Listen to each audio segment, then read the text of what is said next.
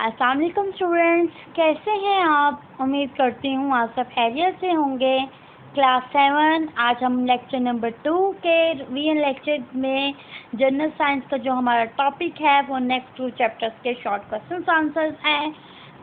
Previous lecture में हमने कल चैप्टर नंबर 1 और चैप्टर नंबर 2 के शॉर्ट क्वेश्चन आंसर्स को डिस्कस किया था। आज हम नेक्स्ट 2 चैप्टर्स के शॉर्ट क्वेश्चन आंसर्स के बारे में डिस्कस करने जा रहे हैं। So the short question number 1 is differentiate between freezing point and boiling point.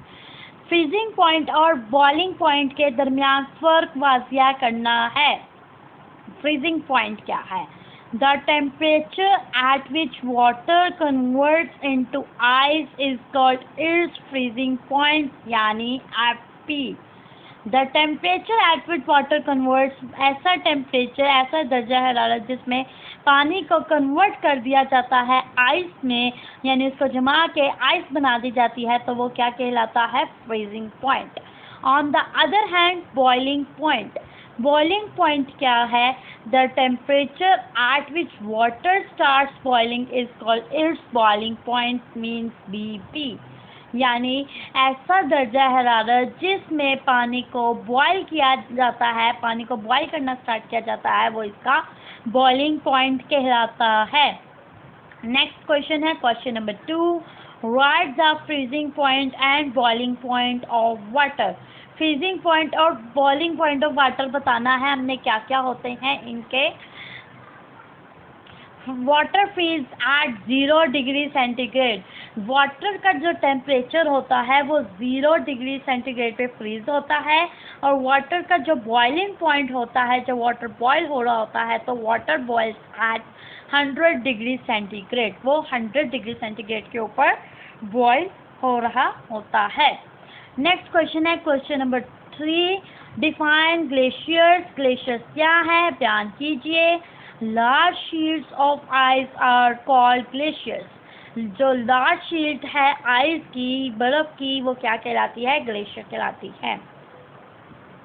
Next question है question number 4, define water pollution. Water pollution से क्या मुराद है? The addition of harmful substances into the water is called water pollution. यानी जो harmful substances हैं, harmful मादे जो हैं, इनके अंदर एडिशन हो जाए, the addition of harmful substances, harmful substances जो हैं वो भर जाएं, जमा हो जाएं इनटू द वाटर, वाटर के अंदर, इज कॉल्ड वाटर पोल्यूशन। तो वो जो हैं वाटर पोल्यूशन कहलाते हैं। What are pollutant? पोल्यूटेंट से क्या मुराद है? harmful and unwanted substances in water are called pollutant। यानी हार्मफुल जो नुकसानदार और जो अनवांटेड है, ना चाहने वाले सब्सटेंसेस होते हैं पानी के अंदर, वो पोल्यूटेंट कहलाते हैं। नेक्स्ट क्वेश्चन है question number 6, define soft water. Soft water से क्या मुराद है? बयान कीजिए। The water which give rich lather with soft is called soft water. The water which give rich lather यानी विथ सॉप, वो पानी जो साबुन के साथ अच्छी झाग बना दे, वो सॉफ्ट वाटर कहलाता है। नेक्स्ट क्वेश्चन है question number 7, define hard water. Hard water से क्या मुराद है? बयान कीजिए। The water which does not give lather with shop is called hard water.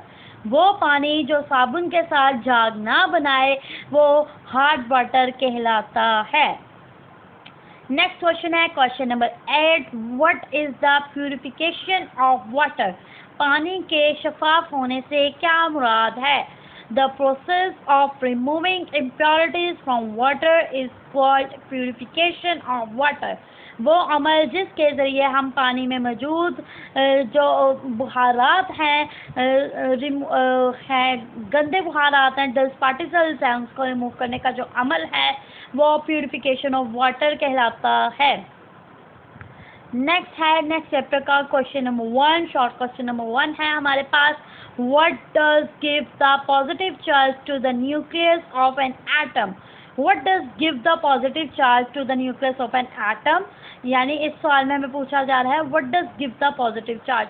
Positive charge जो है न्यूक्लियस का एक एटम में कब दिया जाता है? प्रेजेंस, आंसर है हमारे पास प्रेजेंस ऑफ प्रोटॉन्स की मौजूदगी में give the positive charge to the nucleus of an atom.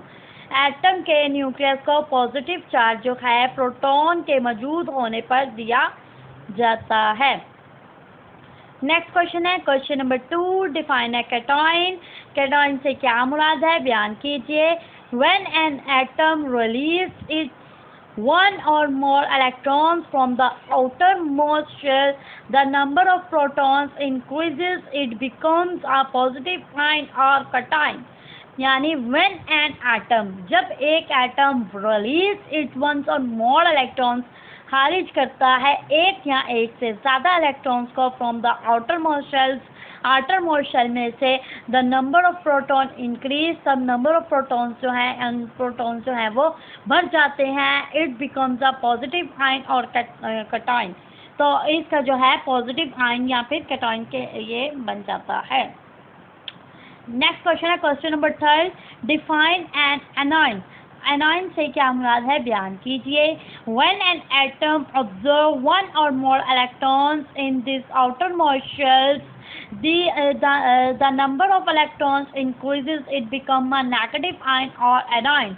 यानी when an atom absorbs, जब एक एटम ऑब्जर्व कर लेता है, जज़ब कर लेता है one or more electrons, एक या एक से ज़्यादा इलेक्ट्रॉन्स को इन दिस आउटरमोस्ट शेल के अंदर, the number of electrons increases, number of electrons जो हैं वो बढ़ जाते हैं।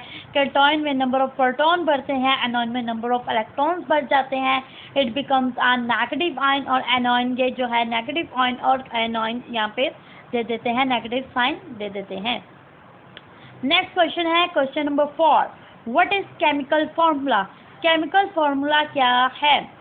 A molecule in the form of symbols and valences is called chemical formula।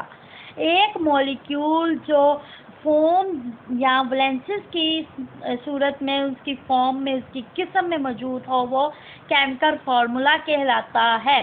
Next question है question number 5, how are the isotopes of an element alike and how are they different. यानी how are the isotopes of an atom, एक element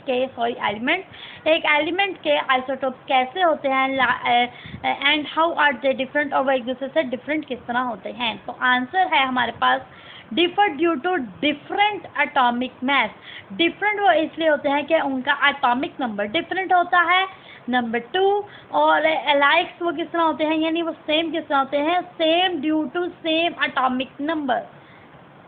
same वो किस तरह होते हैं, जब उनके एटॉमिक नंबर्स डिफरेंट होंगे तो वो एटॉमिक होंगे, और सेम वो तब होंगे जब उनके एटॉमिक नंबर भी सेम होंगे।